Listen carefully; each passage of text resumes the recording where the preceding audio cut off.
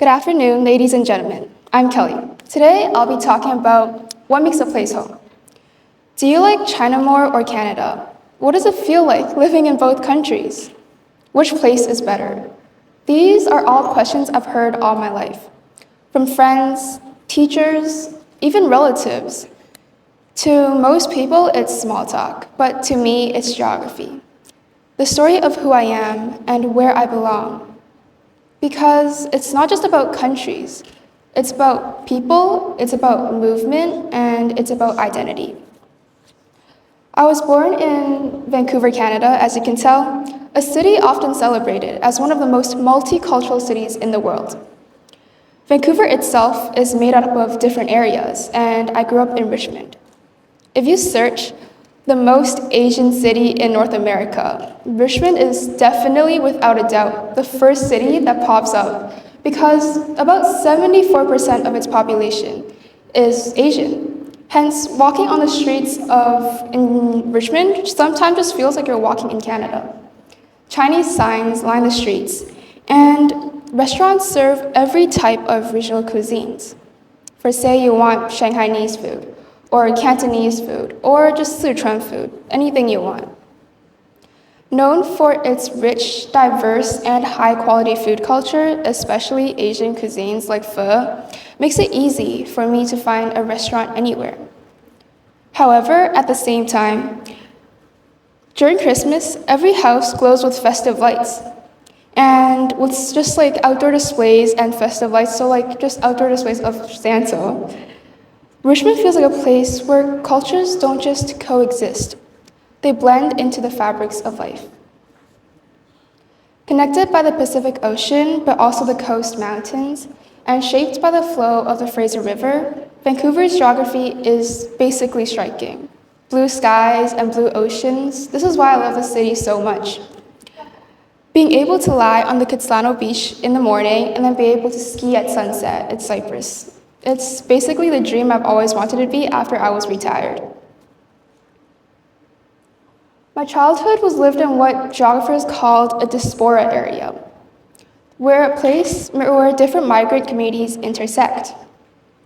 Many of my friends, or shall I say like most of my friends, were Chinese Canadian, like me. There's a specific term we use called CBC, basically translating to Chinese-born Canadian. We would speak English at school, but spoke Cantonese at home, have afternoon Mandarin lessons, and then ate dim sum with our grandparents every weekend. It's no different to actually just living in China. Although we celebrated Thanksgiving, Easter, Halloween, and Christmas, we also celebrate Chinese New Year, Mid-Autumn Festival, and the Dragon Boat Festival. In many ways, growing up in Richmond feels like a bridge between two worlds, China and Canada. So, although Vancouver is thousands and thousands of kilometers away from China, it's full of Chinese landscapes. But one day, that bridge led me back to the place my parents once called home, Xinhui. When I moved back to China for school, my life totally changed. Because ever since I had memory, I've only lived in China for short periods every summer or every winter. But I've never truly lived here. Suddenly, I wasn't part of diaspora. I was in my cultural homeland, and I realized something really weird. In China, people notice me for my accent when I speak Mandarin. My habits, shaped by Vancouver, were slightly different. I wasn't fully local. In Canada, I was a Chinese girl, but in China, I was the Canadian one. This tension is what geographers called a hybrid identity.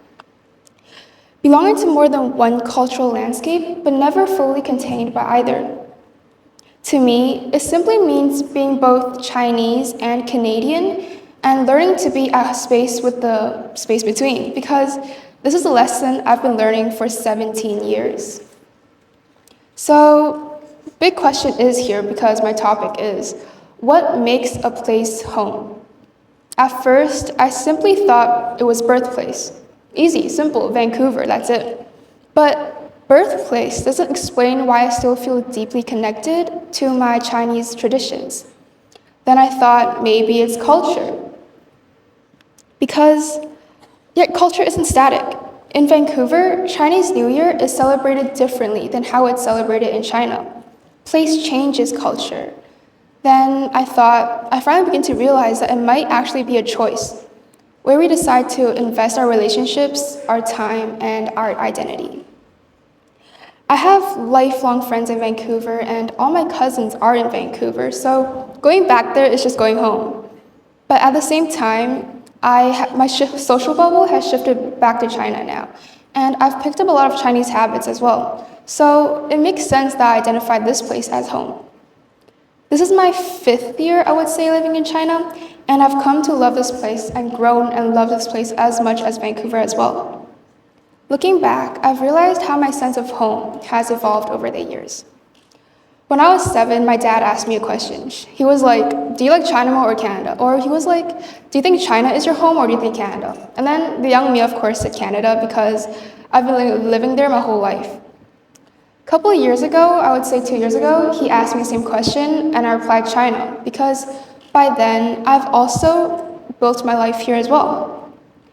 When I come to think of it now, though, I won't give a definite answer because there isn't.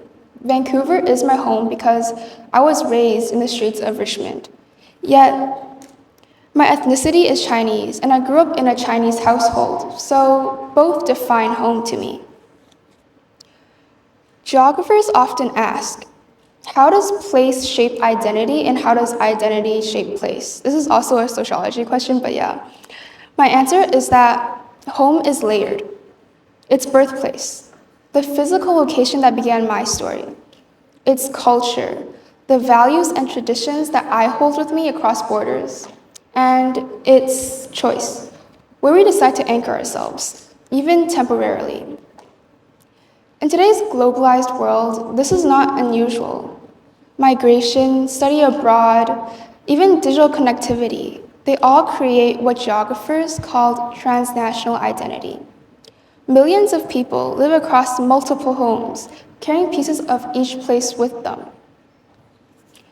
For me, that means I could walk through a market in Xinhui and feel at home, but I could also just stand by the Pacific Ocean in Vancouver and feel the same thing. So when people ask me, which place is better? Which one do you like more? Vancouver, Canada, Xinhui, Richmond, anywhere. Which one do you like more? I've learned that the question itself is not complete. Home is not just where you were born or where your passport is from. Home is a living geography. And sometimes, if you're lucky, home is just more than one place. Thank you.